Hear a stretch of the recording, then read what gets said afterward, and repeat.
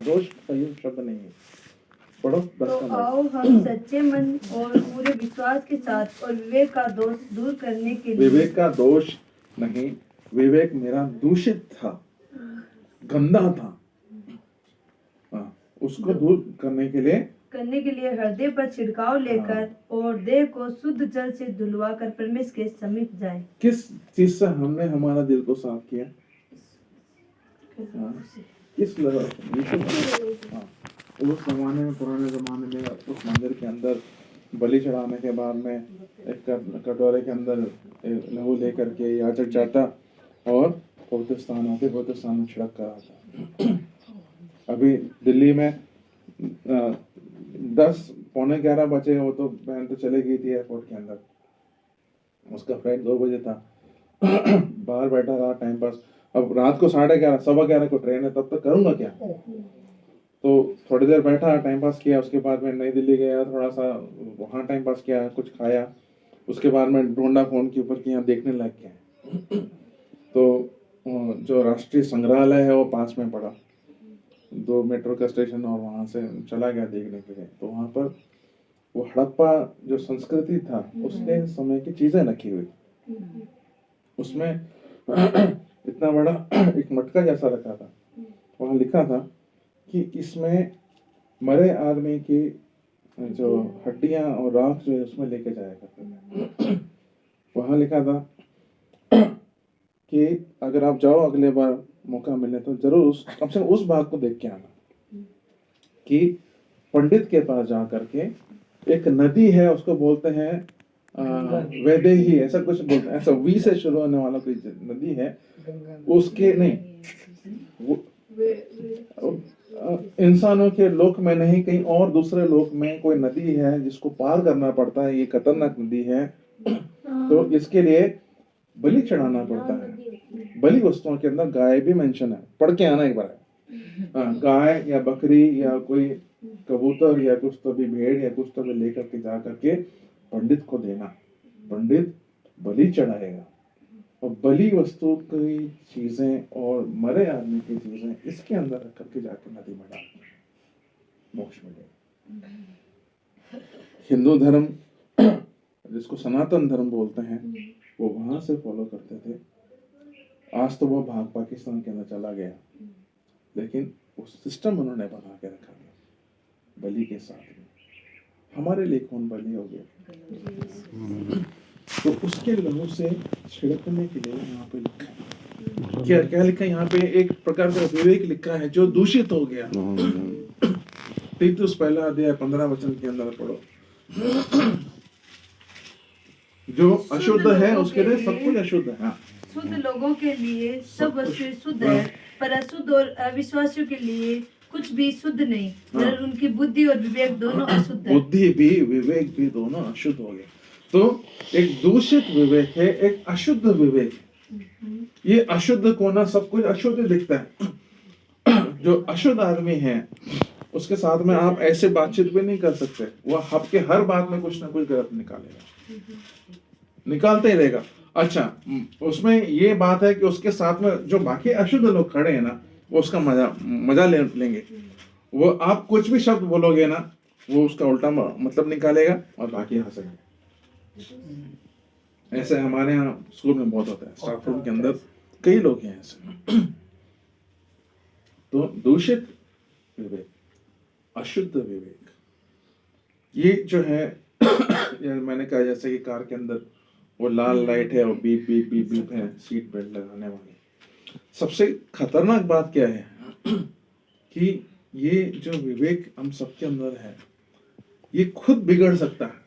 जैसे मशीन के अंदर, गाड़ी के अंदर चीजें खराब हो सकती है, वैसा ये विवेक भी खराब होने वाली चीज है। माँ बाप की आज्ञा मानना केवल बाइबल में नहीं लिखा है ना? जो बाइबल को नहीं मानते हैं उसके वो भी अपने बच्चों को सिखाते हैं। झूठ नहीं बोलना, ठगना नहीं किसी को, लड़ाई झगड़े नहीं करना, मारा पीटी नहीं करना, चोरी नहीं करना, डकैती नहीं करना, सब जो है ये हमारे विवेक में फिट है। बाइबल एक बार भी नहीं पढ़ो ना जीवन में, तभी भी ये सारी बातें हम जानते हैं, है ना। 10 आज्ञाएं प्रभु यीशु मसीह ने बना करके दी।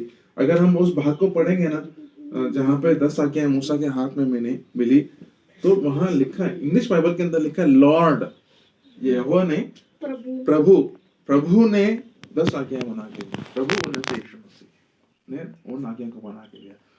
पहाड़ के ऊपर का उपदेश, वहां पे यीशु मसीह ने आज्ञाओं का वर्णन वहां पे किया। तो ये सब जो है पवित्र आत्मा, हम जिन्होंने उद्धार पाया हुआ है, हमारे को 3 बातों के बारे में निरुत्तर करता है। बताओ कौन से 3 पाप, संसार, धार्मिकता, एक और है ना न्याय के बारे में। पाप, हम सारे मनुष्य पापी हैं, हम सब मनुष्य पापी हैं, और पाप के लिए क्या है, उसके लिए पुरस्कार मृत्यु। हमने सबने पाप किया, हम जिस दिन मर जाएंगे उस दिन तक कुछ ना कोई गलतियां हम करते ही रहेंगे। मनुष्य का स्वभाव, हम करेंगे नहीं तभी भी हम सोचेंगे, बोलेंगे, किसी का दिल दुखाएंगे, करेंगे, हमसे हो गए। तो सबसे पहला रिमाइंडर है, सबसे पहले वार्निंग लाइट है, बीप बीप बीप बीप। पवित्र आत्मा उसको इस्तेमाल करेगा आपको बताने के लिए कि अभी भी वो पाप वाला जो सिस्टम है अभी भी आपके अंदर नहीं है, दुनिया के अंदर एक्टिव है ना। आपको इसी दुनिया में, मुझे भी इसी दुनिया में रहना है। आप नहीं करना चाहोगे ना तो लोग आपको चुभाएंगे, कराएंगे। और क्या, धार्मिकता, कौन सी धार्मिकता, मेरी अपनी धार्मिकता, मैं कर्मों से धर्मी बनने के लिए दुनिया लगी है ना। ये यहाँ से लौट आते हैं सुजानगढ़ से तो बड़े बड़े गेट लगे हैं वो इनके मुनियों के, जैनियों के। महाश्रमण, महाश्रमण का मतलब क्या होता है? श्रम का मतलब क्या होता है? काम, परिश्रम करने वाले इनके जैन मुनि, बहुत मेहनत करने वाले। क्यों कर रहे हैं? उनको, उनके मोक्ष के लिए, उनके उद्धार के लिए। उनके लिए ये है कि मैं हम बहुत कुछ करेंगे तो हमको मोक्ष मिल जाए। महाश्रमण को मैं महाब्राह्मण बोलता हूँ। कहाँ जाते हैं, पैदल चलते हैं, कच्चे मतलब नंगे पांव चलते हैं, उनके औरतें वो सिर पे बाल नहीं, यहाँ पे ये बंधा, और पता नहीं वो झाड़ू लेकर के कोई बैठे हैं, कोई ढकेल रहे हैं, कितने कितने चलते। तो महाब्राह्मण ही तो है, महाश्रमण, महाब्राह्मण। दान दक्षिणा देते हैं, कितने अच्छे अच्छे काम करते हैं, वाकई अच्छे काम, उतना हम लोग नहीं कर पाते, लेकिन वो अपनी धार्मिकता के हिसाब से जाना चाहते हैं। परमेश्वर का वचन स्पष्ट रूप से कहता है कि कर्मों से नहीं, कर्मों से कोई भी जन जो है परमेश्वर के सामने धर्मी नहीं ठहरेगा, विश्वास से। और न्याय के बारे में इंग्लिश में है कि it is appointed for all man once to die but then the judgement. एक बार मरना, उसके बाद में न्याय का पूरे मानव जाति के लिए। ये जो है ना, ये अपॉइंटमेंट पहले से हम सबकी हो चुकी है, हम चाहो नहीं चाहो। लेकिन जो मसीह में है उनके ऊपर क्या नहीं है? दंड की आज्ञा नहीं। न्याय उनके लिए भी है, न्याय उनके लिए भी है, उनके लिए दंड की आज्ञा नहीं। कोई रनिंग रेस में भाग लेता है ना, तो उनके लिए भी न्याय है, कौन सा फर्स्ट है, कौन सा सेकंड है, कौन सा थर्ड है, न्याय है ना ये। अगर कोई फर्स्ट और सेकंड में थोड़ा सा गैप रह गया, सेकंड वाले को फर्स्ट दे दिया, तो क्या हो जाएगा? उसको बोलेंगे अन्याय हो गया इसके साथ, है ना। उसके लिए कितने सिस्टम लगा रखे हैं, इलेक्ट्रॉनिक, वो भी कटर, पता नहीं क्या। तो ये सब जो है हमारे लिए न्याय, हमारे लिए धार्मिकता, यीशु मसीह, हमारे लिए पाप, हम पापी हैं, इसके बारे में पवित्र आत्मा हमको बताता रहेगा। कब तक बताता रहेगा? जब तक ये विवेक ओके है तब तक बताता रहेगा, है ना। अगर ये ओके नहीं है, ये गड़बड़ा गया, तो ये जो है हमारे लिए बहुत खतरनाक एक बात है कि हम गलत रास्ते में जा रहे हैं, लेकिन हमको बताने वाला कोई नहीं। वो जो सिस्टम परमेश्वर ने हमारे दिल के अंदर रखा था, वो एक सिस्टम काम करना बंद कर दिया। वचन में लिखा है अंतिम दिनों में अच्छे को बुरा और बुरे को अच्छा कहने वाले लोग होंगे, है ना। ऐसा ही है ना आजकल। ऐसा ही। हाँ, खट्टे को कड़वा, कड़वे को खट्टा, खट्टे को मीठा, मीठे को खट्टा। जैसा जैसा कहना, अंधकार को उजाला बोलने वाले, उजाले को अंधकार बोलने वाले, काले को सफेद, सफेद को काला बोलने वाले। क्यों? क्योंकि सिस्टम खराब हो गया। हाँ, ये सॉफ्टवेयर जो है करप्ट हो गया, इसमें एंटीवायरस घुस गया। अब करना क्या है? उसको फॉर्मेट करने की जरूरत है ना। पुराना सॉफ्टवेयर निकालना, नया सॉफ्टवेयर डालना।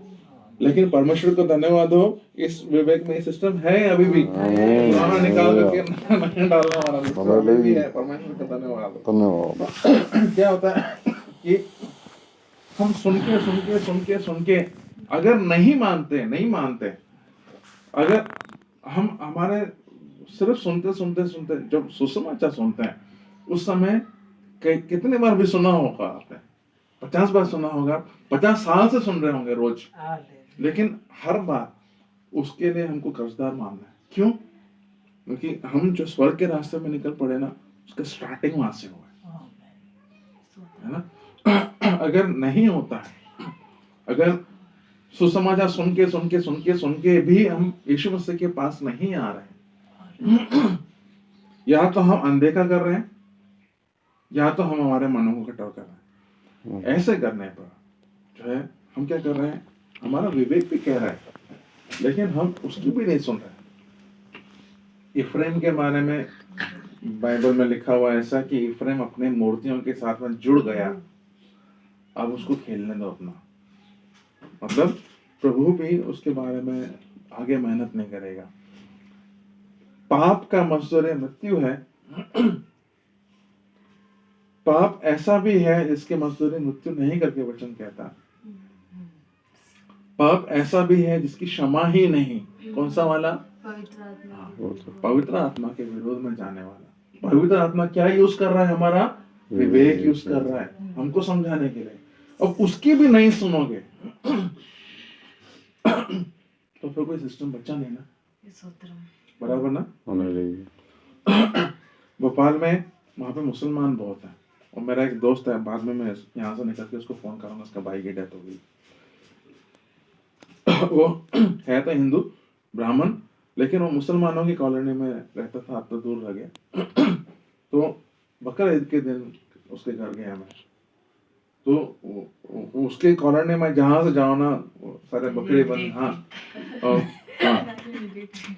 कुछ की कुर्बानी हो गई, कुछ के घर धुल रहे थे, लाल पानी बाहर आ रहा है। कुछ लड़के छोटे छोटे खाल लेकर के, चमड़ी लेकर के रखे हैं, कोई आएगा उठा के लेकर जाएगा। एक का बकरा भाग गया। अब उसके पीछे ऐसे लड़के 4 भाग रहे, बकरा।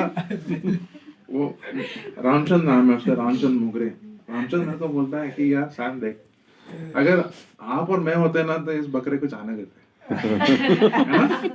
बेचारा इतना अच्छा सा है, जाने दे, कोई बात नहीं। लेकिन उसके पीछे भाग रहे उसको, है ना।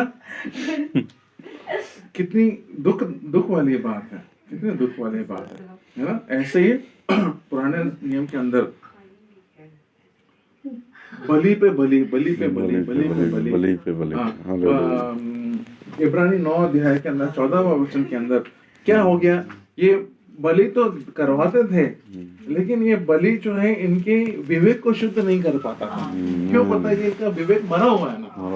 हाँ, इसको क्या शुद्ध करेंगे? इनका सिस्टम ही डाउन है ना।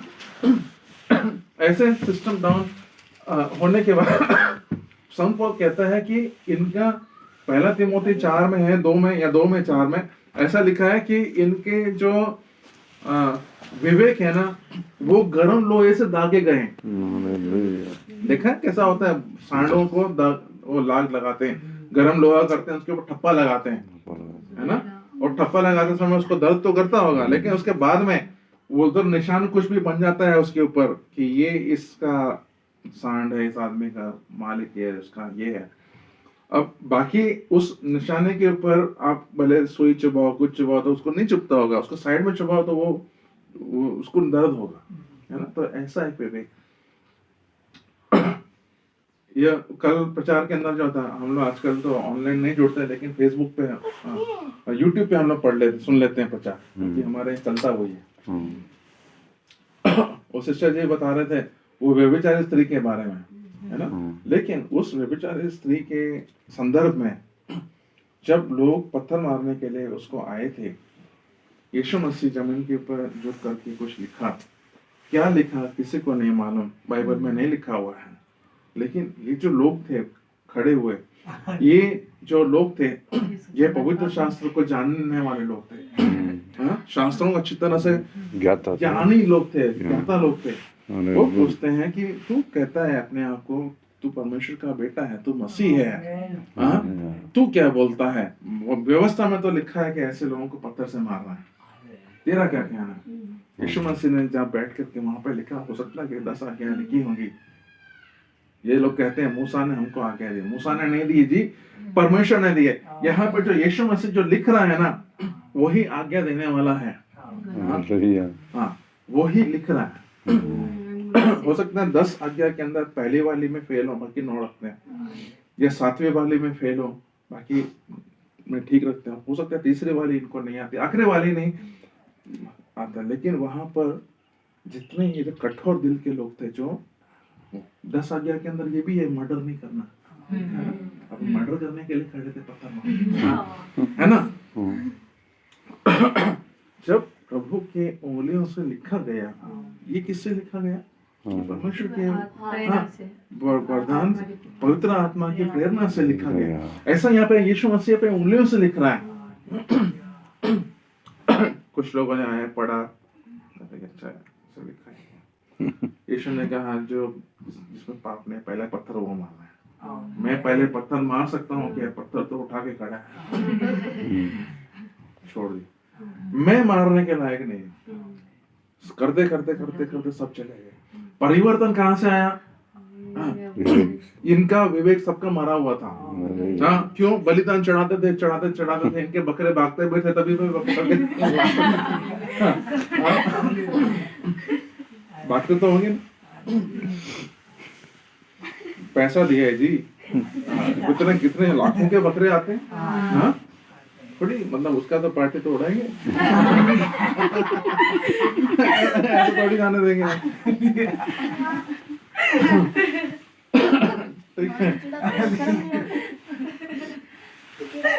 वहां पर यीशु मसीह के